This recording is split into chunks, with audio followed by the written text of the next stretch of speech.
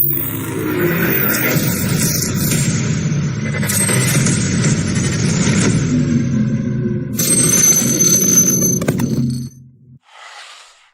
morning, good day, good evening, and good night. Whatever time it is, where you are, and whatever country that you're in, I'd like to welcome you and thank you for taking some time to listen to the MGTOW Academy Show. As always, I've got some fantastic content to discuss. My overall goal is to educate, engage, and entertain my audience, and that's exactly what we are about to do.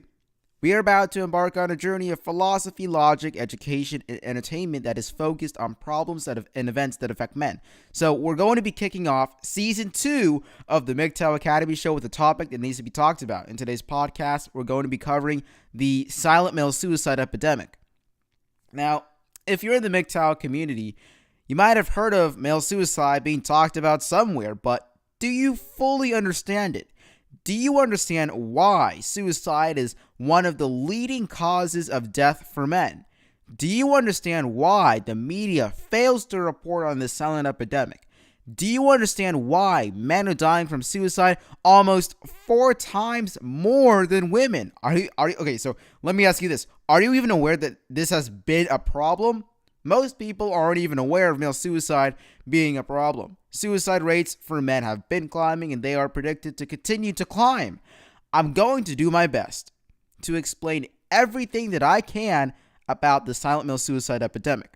That means covering statistics, going over causes for male suicide, why men are more sensitive than women to failure in their environment, which can in turn result in suicide, why men resort to suicide and succeed at suicide more than women, going over solutions, what you can do to help the future of men and suicide. And in the end, I'll tie everything together and explain how MGTOW is one of the greatest solutions out there for solving this silent epidemic. Okay, so look, it's not the perfect solution. There is no solution for suicide. It's always going to happen. We have to accept that. But this, MGTOW, the philosophy, can be a great way to reduce the suicide rates for men significantly, as in ending the epidemic. Like, it won't even be an epidemic anymore. That's what I'm trying to convey here, right? So in case you can't tell already, male suicide, it's a very complicated problem. It's very confusing as it has many factors. So I'm going to be dissecting it so that you, the listener, can understand this to the best of your ability. And in the end, you should be able to understand all the factors involved in male suicide and how they are all interconnected. Why no one cares about this silent epidemic and why MGTOW is a great solution for this silent epidemic. And by the way, do you even understand why I refer to this as a silent epidemic? Well, you have to stay tuned to listen to the whole thing, all right? I'm not going to tell you right here. You got to listen to the whole thing, all right? So without further ado, let's get right to the statistics on male suicide, all right? So we're going to start off with the first one. By the way, all of these are really, the whole goal of covering the statistics is to give you an idea of how severe that this problem is. So first of all, men die from suicide 3.53 times more often than women. So the rate, through my research, I've seen numbers go all over the place. It can be 3 times more than women, 3.5, or 3.53 times more than women, or 4 times more than women. But I'm just going to go with this one because it just seems more accurate. And, I'm collecting this data, these statistics from the National Institute of Mental Health and the American Foundation for Suicide Prevention. Okay, so I'm not just pulling this crap off of some untrustable sources. These are statistics from trustable sources. So regardless if it's 3 times more than 3 times higher or 4 times higher than women, it's still significantly higher than women, and that's a problem. And in addition to that, men outnumber women in suicide in every single country. So I do live in the United States at the moment, and I plan to live there for the rest of my life unless something horrible, happens to the country, which is possible. But besides that, I want to make it clear that this is a worldwide problem. This isn't something that's just targeted for my United States audience. I got listeners from various countries and, of course, continents. So, I have listeners in the UK, I have listeners in Canada, and, even other places like Brazil, I have places like Japan. So I'm not trying to give off the vibe that this is a problem that is specific to the United States. This is a worldwide problem. So even if you don't live in the United States, this is still a problem that you should be aware of. Next, men account for 80% of suicides, and that's in the U.S. So men account for 80% of suicides. That is a lot. Okay, suicides happen pretty frequently, and men account for 80% of them. All right. So next, married men are more likely to commit suicide. Whoa, what's that? Married men are more likely to commit suicide? Are you trying to say that married men are unhappy? What? Okay, not all of them yet. But, I mean, I'm not surprised. I mean, they're married men. They're not going to be happy, especially considering the current conditions regarding marriage. Next, as of 2015, nearly 2/3 of worldwide suicides have been committed by men. Once again, this is a worldwide problem, not a problem that is specific to a country or a region. This is a worldwide problem. Next, suicide is the 7th leading cause of death for all U.S. men, according to the National Center for Injury Prevention and Control. So this is not just this is a leading cause for death, as in the top 10 leading causes of death. So that is significant. This next one is going to shock you. So the World Health Organization concluded through a 2002 study. By the way, remember, 2002 study. This is a while ago. So I'm predicting that the numbers have changed, but not in a good way. So anyways, the World Health Organization concluded through a 2002 study that globally, suicide occurs every 20 seconds or 180 suicides per hour globally. So if we divide the suicide frequency by the conservative male to female ratio of 3-1, like I said, there's many ratios out there, but this is the conservative ratio, male to female ratio of 3-1. The frequency of male suicide is approximately 135 suicides per hour, or 1 male suicide every 26.6 seconds. So whatever platform that you're listening to this on, it can be YouTube or maybe if it's like another app like iTunes, Google Play Music, iHeartRadio, whatever it may be, look at how long you've been listening to this podcast. And remember that a male suicide occurs on average every 26.6 seconds. Just from the time period between starting the recording of this and now, just look at how many men have killed themselves already. That's insane. And on a daily basis, that's 3,240 male suicides per day. And if I did my math correctly, men will on average account for 75% of suicides every hour globally. So that should open your eyes if the previous statistics haven't done so already. All right, so get this. Between 1950 and 2002, male suicide has increased by 49%, and it's predicted that the amount of male suicides will increase by 50% between 2002 and 2020. So it's predicted to rise. Okay, like I said, that's why how I said earlier, regarding the 2002 study by the World Health Organization, that's why I said that the numbers are probably much worse. But like I said, things are just going to be getting worse. All right, that's just what researchers are predicting. Next, white men have accounted for 7 out of 10 suicides in 2016. Okay, so speaking in terms of gender, speaking in terms of sex, men obviously commit suicide more than women. Now, speaking in terms of race, Caucasians, whites kill them are the race that will most likely to die. How do I word this? Caucasians are the race that kill themselves the most, and they're like, American Indians are just like behind them by a really, really small percentage. So if you're white, you're more likely to die from suicide.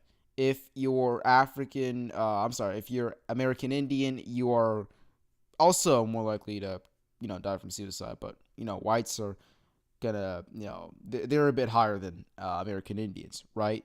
And if you're a man, you're definitely more likely to die from suicide. So considering the attack on the white male and all that kind of crap, that's just ridiculous.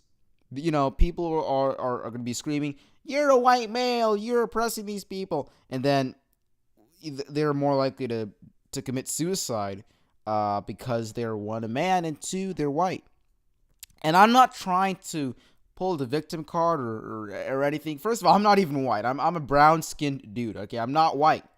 So I'm not trying to, play the victim card or anything like that. This is the way things are, all right? I'm just stating the facts. Next. Okay, so I'm going to quickly go over a suicide rate, okay? So I'm going to explain to you briefly what it is. So a suicide rate, it's based on the number of people who have died by committing suicide per 100,000 people in a population, all right? Now, this suicide rate allows for data on suicide to be compared from year to year. According to data from the National Institute of Mental Health, between 1999 and 2016, the suicide rate for males has remained nearly 4 times higher than the suicide rate for females. And like I said, I've seen lots and lots of numbers between 3 or 4 times higher. Whatever, that's still a pretty significant amount. So, by covering these statistics, I hope you understand the depth of how serious this silent epidemic is. Next, we are going to move on to why I refer to the male suicide epidemic as the silent male suicide epidemic. Alright, so if there is an epidemic going on, the news and the media sources will cover it. The Zika virus epidemic was covered by news sources all the time when it was a prevalent issue, as it was affecting many people. So male suicide is affecting many people in a similar manner to what the Zika virus did. But nobody has talked about it, male suicide when you compare it to the Zika virus. All in all, male suicide isn't getting the attention it deserves. And a great example would be World Suicide Prevention Day, September 10th, 2013. We all know that there is media bias against men, such as men being commonly portrayed as perverts, idiots who can't make logical decisions, bad deadbeat fathers, criminals, and so on and so forth. Now, I discussed how the media portrays men in my podcast, How the Media Portrays Men, which is linked in the description for my viewers on YouTube and in the episode information section for those of you listening to this as a podcast. But all in all, the media portrays men as idiots. We all get that at this point. And look, if there's one thing that the media is good at, it's distorting the truth and distorting information through bias and tactics. And 2013's World Suicide Prevention Day is a great example of this. CTV News covered suicide, but despite CTV News covering it and doing great effort to do so, CTV reporters failed to mention that men were the leading demographic for suicide. They are the leading demographic for suicide, and they have been for a long time. And in addition to that, they will most likely continue to do so. Not only that, but many websites reporting on suicide deliberately avoided mentioning that suicide is a major problem for men. The Center for Addiction and Mental Health mentioned Aboriginal communities, teens, and soldiers to have disproportionately high suicide rates, yet the Center for Addiction and Mental Health left out men. Suicide Prevention Canada didn't even mention that men account for an alarmingly high number of suicides, but this is to no surprise as men often have their problems ignored. And I'm just some random dude who is saying that, so how can you believe me when I say that? Well, you could believe me when I say that because researchers such as Warren Farrell and Michael Gilbert have shown that men are considered disposable in society. Now, you may be wondering why nobody really wants to discuss male suicide. You see, problems that men face are often ignored due to the false widespread perception of men having inordinate social and economical power. Also, there is male expendability, which is the concept that society can cope better with the loss of men compared to the loss of women. And, this connects to the next factor known as male disposability, which some of you may have heard of. A common example of male disposability is the draft, which is where, in the event of war, Citizens who have previously enlisted for selective service are forced to serve in the military during a war. And as of today's recording date, only men are required to register for the draft. And if they don't, they can't vote, they will receive a fine or a prison sentence or a combination of both, a fine and a prison sentence. Women automatically get the right to vote and don't have to pay fines. Women, they receive these rights without having to risk their lives. Before, everything was balanced. Women risked death through childbirth and men risked death through selective service. But the nuclear family is dead now. Women don't have kids as commonly these days. You might argue that we might need some people to stay at home and take care of the families, but at this point, most of these families have been torn up. Okay, there's nothing to protect. There's no families. All right, so it just doesn't work, right? Now, these points that I've just mentioned scratch the surface of how men are valued less by society and how society values women more than men. And I know that that's in contrast to mainstream public belief of men being the privileged ones and women being the oppressed. I understand that, but get that toxic mindset out of your mind. It's not good for you, and accept the truth. Okay, do some of your own research. Okay, don't rely on what I say. Do your own research and see the way that things really are, and it'll all make sense. It's like the pieces of a puzzle coming together. All right. Now, I'll give you guys another example about society valuing women more than men. So let's look at the death rates for breast cancer and prostate cancer. The death rates for breast cancer and prostate cancer are comparable, yet the United States spends 6 times more money on breast cancer, despite the rates for breast cancer and prostate cancer being comparable. And if a man dies, it's no big deal, as another man will come along and fill in his position. So if men are viewed as disposable, why would society care? I mean, it's like caring about a napkin, okay? It's a napkin, all right? If something happens to it, big deal, okay? If your napkin is somehow destroyed or something, you can't use it, I don't know. But if you can't use a napkin, oh no, okay, I'll just get another napkin. That's the exact same thing happening with men, okay? If a man dies, boo-hoo, okay, next, come in to fill his place, all right? Look, if men are viewed as disposable, why would society care? Because like I said earlier, if a man dies, another man will come in and fill his place.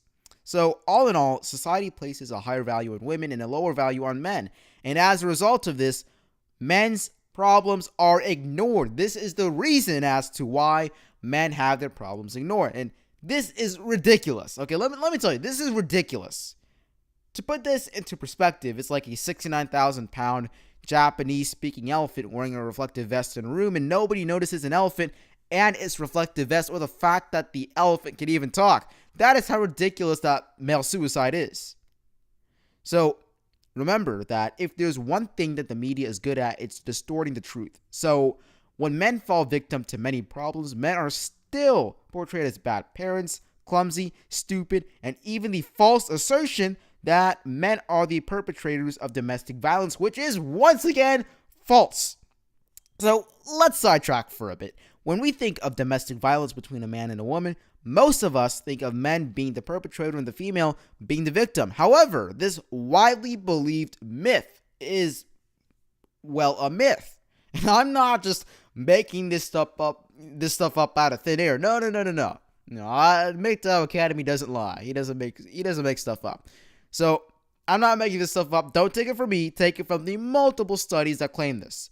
Like in that one case where data was analyzed from 11,370 respondents, and after the data was analyzed, researchers found that in non-reciprocally violent relationships, women were the perpetrators over 70% of the time.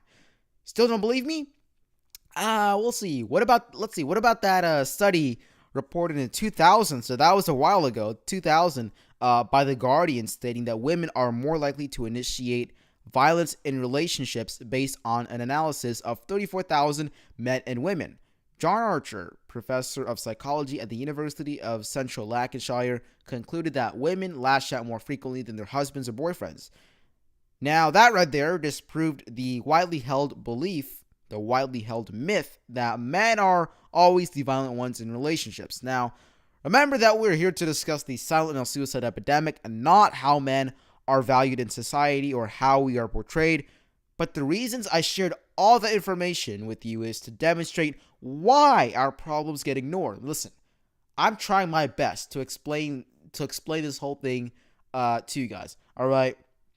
And I have to sidetrack sometimes just to get some ideas through. All right. So there's a reason for why I do things. So that was to demonstrate why our problems get ignored. We already know that they get ignored, but why do they get ignored? You know, it's basically the science behind something, right? So, anyways, I'll get to what we can do to spread awareness and how we can reach a solution later. But let's keep talking a bit about the current situation regarding male suicide. So through my research, it's only been the United Kingdom government that recognizes suicide to be a prevalent issue for men. At this point, let's face reality. Considering the statistics regarding male suicide, very little effort is being done to tackle this silent epidemic. Wait, do you guys even know why male suicide is an epidemic? Like, why it's an epidemic? No? Or wait, was that a yes? Whatever. I can't hear you through your device or whatever you're using to listen to me. The government can, but I can't. Regardless of whether you understand why male suicide is a problem or not, we're going to be covering that next. Now we are going to cover the reasons behind why men commit suicide more than women. First of all, we need to understand the expectations that men are, expected to meet. To sum it all up, men are expected to provide for their wife and children, and at the same time to be the best and most successful. They aren't really expected to look after themselves. And more importantly, men value how others see him more than how he views himself. Rory O'Connor, president of the International Academy of Suicide Research, has spent years studying the minds of suicide survivors.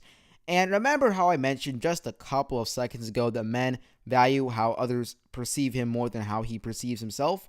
Yeah, there's a name for that, and that name is called social perfectionism. That's a concept that we'll be talking about for a bit here in today's podcast, and it's actually pretty interesting. You see, if you're a social perfectionist, you usually identify closely with the roles and responsibilities you believe that you have in life.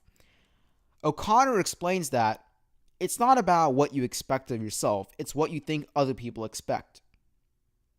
Through research, O'Connor has seen a relationship between social perfectionism and suicidality in all the populations he has researched. And let me repeat that in case you weren't paying attention. O'Connor has seen a relationship between social perfectionism and suicidality in all the populations he has researched. All right, in all the populations that he's researched, he has seen a connection between social perfectionism and suicidality. So that's pretty darn significant. All right, and we're gonna come back to this little thing right here later, and you'll see why. So no, he hasn't seen this in like the entire world, but he has done extensive research, and in all the populations that he's researched, he has seen a connection. So I think that it's safe to say that social perfectionism has a connection with suicidality, especially in men. So O'Connor says, our hypothesis is that people who are social perfectionists are much more sensitive to signals of failure in the environment. You see, the perceived failure to fulfill roles, such as failing to be successful or failing to be a good dad, can be devastating to men. When a woman loses her job, it sucks for her, but she doesn't feel like she's lost her sense of identity or femininity. But when a man loses his job, he feels like a failure because he is no longer able to provide for his family and he no longer meets the expectations that he perceives to be important. So, get this. In 2014, Martin Seeger, a clinical psychologist, and his team tested the cultural understanding of the definition of a man or a woman. So they did this by asking a set of carefully designed questions to women and men recruited via selected United Kingdom and United States-based websites. And Martin Seeger concluded that both genders' expectations of what it means to be a man are stuck in the 1950s. Seeger explained that the first rule is that you must be a fighter and a winner. The second is you must be a provider and a protector. And the third is you must retain mastery and control at all times. And if you break any of those rules, you're not a man. The conclusions of Seeger's study share a similar conclusion of what O'Connor and his colleagues wrote in the 2012 Samaritan's Report on Male Suicide, which stated, men compare themselves against a masculine gold standard, which prizes power, control, and invincibility. When men believe they are not meeting the standard, they feel a sense of shame and defeat. In addition to that, the women's movement has targeted men. That's right. Feminism has actually harmed men, believe it or not. What a surprise. I know. Hard to believe, but feminism has actually harmed men. You see, men are viewed as privileged, violent abusers, and how others perceive men can have a deadly effect on men. So when a man's girlfriend, for example, uses a shaming tactic on him, he receives the idea that he doesn't meet up to his girlfriend's standards, and this could have a severe effect on him. And now, like I said, that's just an example I'm coming out with on the spot. And we're also going to be moving on to the next part of the podcast, which is connecting the silent male suicide epidemic and the MGTOW philosophy. I'm going to go over how the MGTOW philosophy can prevent men from committing suicide. So remember that one of the core concepts of the MGTOW philosophy is to put yourself first. And that means putting your priorities first, valuing your perception of yourself more than anybody else's perception of you and all the stuff alike. So that means you don't worry about not meeting society's expectations of you, which, by the way, is designed for you to fail for the benefit of others. If you're a man going his own way, you don't care if women call you pathetic or a loser or whatever shaming tactics that they regurgitate. As long as you are content with yourself, you are happy. And sure, a woman might insult you and it's going to be hard to not let it get to you. I get it. It brings you down a bit. I'm not saying you should be some man who is completely immune to what other people say of you. No. I'm just trying to say, don't let it take you, don't take it too seriously is what I'm trying to say. Okay, I get it. It brings you down a bit, but that's fine. Just don't take whatever other people perceive of you or whatever too seriously, and don't waste too much time thinking about what he or she said or what or how society views you. Don't waste too much time thinking about it. All right, it's fine. All right, you put yourself first if you're a man going his own way, and it's no wonder that us MGTOW are so happy. All right, seriously though, think about it. There's a reason as to why we're happy, but what you may not realize is that men who aren't familiar with the MGTOW philosophy feel like a failure when they can't get a girlfriend. Some men are even killing themselves because they can't get a girlfriend, and some become incels and spew their hatred of women to their community and the world. And, while we're talking about incels, might as well talk about it right now really quickly. And in contrast to mainstream public belief, no, MGTOW is not an online incel group. Just read the acronym. Men going their own way, not men going online to hate women or men going out of their way to hate women. Just look at the acronym and what we're aiming for. It's simple as that. We are not incels. Whew. All right, so I just want to get that off my chest. I just wanted to. But back to men killing themselves over not getting a wife or a girlfriend and that sort of stuff. So, look, let me tell you something. Son, the game is rigged. It's not what you think it is. How you perceive it works is not how it actually works. Men always see the common narrative in TV shows and movies and even in books where a man and a woman don't know each other, a conflict arises, the man and the woman eventually meet each other, and they live happily ever after. Now, I urge you to do a reality check here, men. Considering the plummeting marriage rate and the divorce rate that is rising exponentially, okay, not literally exponentially, but you get the idea, the common narrative demonstrated in mainstream entertainment unconsciously controls the mind of many men across the world. It creates a false reality for them. It's like a weed that expands its roots into the ground ever so slowly, that by the time you realize that it's a problem, the damage has already been done. All right, it's too late. These men who believe the junk that they see in mainstream entertainment will pursue a journey of seeking female validation and attention in a desperate attempt to meet what is the virtually impossible expectations put in front of them by society. Then, when these men fail to meet these unrealistic expectations, they feel like they've lost their sense of identity. They don't feel like a man. Look, I can't stress to you how important it is that you put yourself first. Put yourself first. If you follow the MGTOW philosophy and simply put yourself first, you will have a lot less to worry about. If someone implies that you don't meet their standards, big deal. Who cares? You don't. If you don't meet the ridiculous standards that society has put in front of you, who cares? You certainly don't. In addition to that, therapy and support for men who are suicidal has become feminized. Men are also usually blamed for problems that are, not within their control or for something that is simply not their fault. So let's sum up what we have so far. Men are killing themselves at an alarmingly high rate. So high that it's one of the leading causes of death for men. Men are the leading demographic in suicide. The statistics regarding male suicide are insane, and despite all of this, the majority of media and governments refuse to acknowledge this epidemic, and mainstream entertainment portrays men the way that they're not. They falsely portray men. This harms them, and it's even worse. I mean, I get it. You don't care about our problems, but you could at least not portray us in a negative manner. But nope, they got to go out of their way and portray us badly. Okay, now I know that's not exactly their intentions. Okay, and I explain that stuff more in depth in my podcast, The Men in the Media. So I highly suggest that you check it out. But still, this is just having a negative effect on men, and it's just time to stop this madness. Really, it is.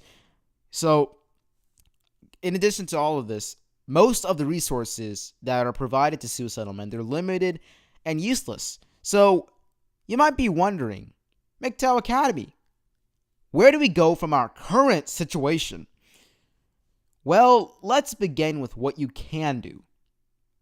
You don't need to start a fundraiser. You don't have to become a psychologist and lead several studies regarding the silent epidemic. You simply have to look after men you know.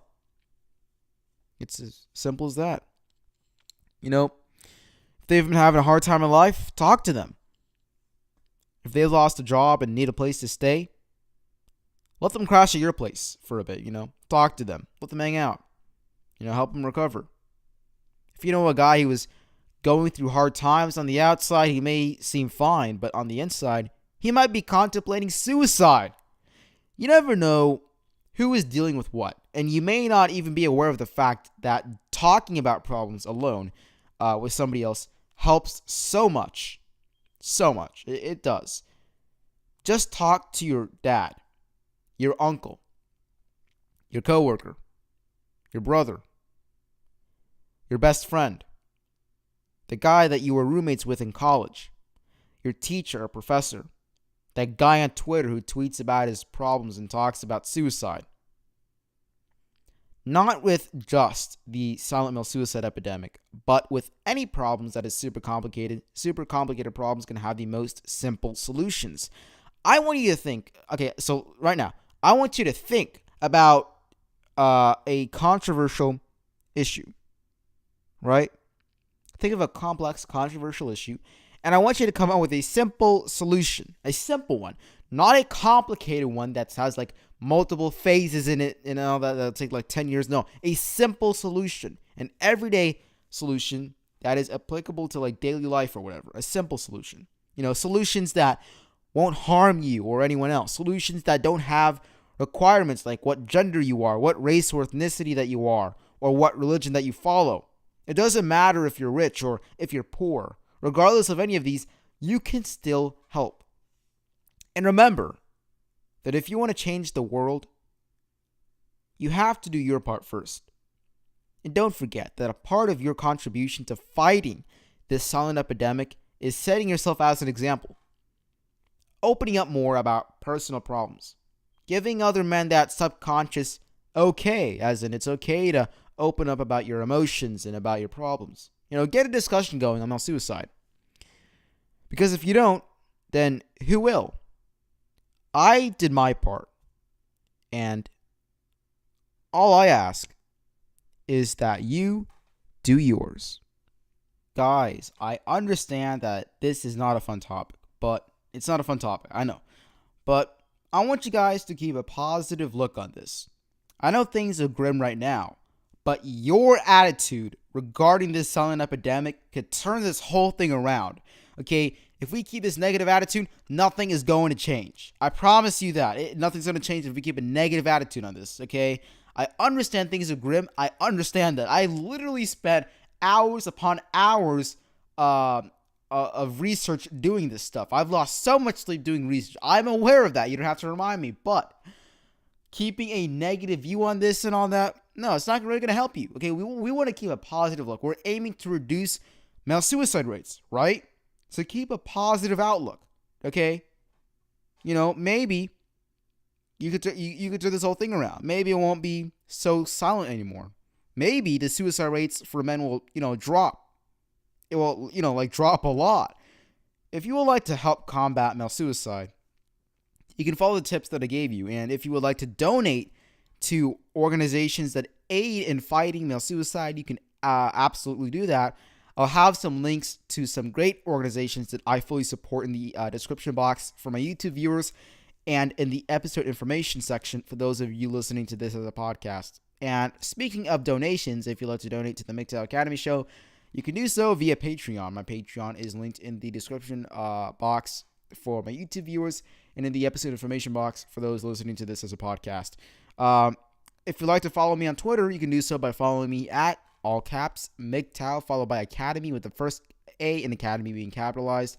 You can do many cool stuff, participate in polls, see what I'm doing on free time, just see some random crap that I do, get an overdose, that's right, an overdose on some spicy MGTOW memes and more. So do a lot of stuff. Just follow me on Twitter, okay? Even if you don't have a Twitter account, create a Twitter account, follow me on Twitter, all caps, MGTOW, followed by Academy. The first A is capitalized. Got it? Okay, so if you would like to reach me via email, you can do so by contacting me at mgtowacademy.media@gmail.com. Just drop me an email. I'd love to talk to you. We're going to come onto the show, collaborate, want me to come onto your show, do a live stream, whatever you want to do, just drop me an email there, all right? Oh, yeah, by the way, mgtowacademy.media@gmail.com. That's also my PayPal email address. So you can send donations there as well. If you don't want to do a Patreon donation, just do it via PayPal. That's absolutely fine. Whatever you want to do, it's up to you. So for my YouTube audience, please share your thoughts on this in the comment section below. I'll always look at them, and I definitely appreciate them. I really do. So to get the word out on this, share this podcast with everyone that you know. Share it everywhere on social media. Share it to just some friends you know. Share, text the link to this video to your friend or whatever. Just share it. Get the word out, okay? It doesn't have to even be this video. It can be anything, or this podcast. It can be anything. Any video regarding male suicide to raise awareness. I just want you to raise awareness, okay? Just raise awareness. That's all that I ask you to do, all right? And if you're on a podcast platform like iTunes, Google Play Music, iHeartRadio, it doesn't matter, but if you can, please leave a rating and maybe even a review. I would really appreciate a good review. And if you give me 5 stars, you will get nothing, but I will still really appreciate you, and you will make my insights feel really, really nice. So yeah, guys, that's it. I hope you guys enjoyed this episode, and I'm looking to make many more improvements to the MGTOW Academy Show in the not too distant future. So that's a wrap, guys. But until I see you next time, remember that it's a very dangerous world out there, so be sure to keep taking your daily doses of red pills and to stay safe. Everybody, this is MGTOW Academy, signing off.